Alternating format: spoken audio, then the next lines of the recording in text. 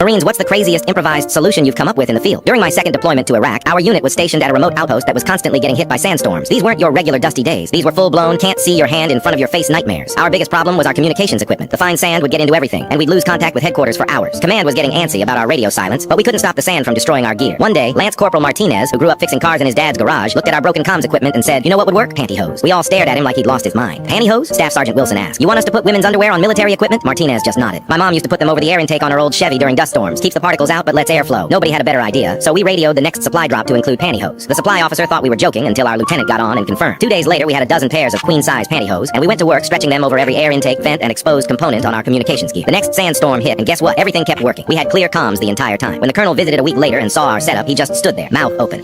Are those? "Yes, sir," our staff sergeant replied. "Standard issue tactical filtration devices." The colonel shook his head, laughed, and said, "I don't want to know where you got them, but I want this solution implemented across all forward operating bases by next week. Sometimes in the Corps, the craziest ideas are the ones that work." Marines, what's the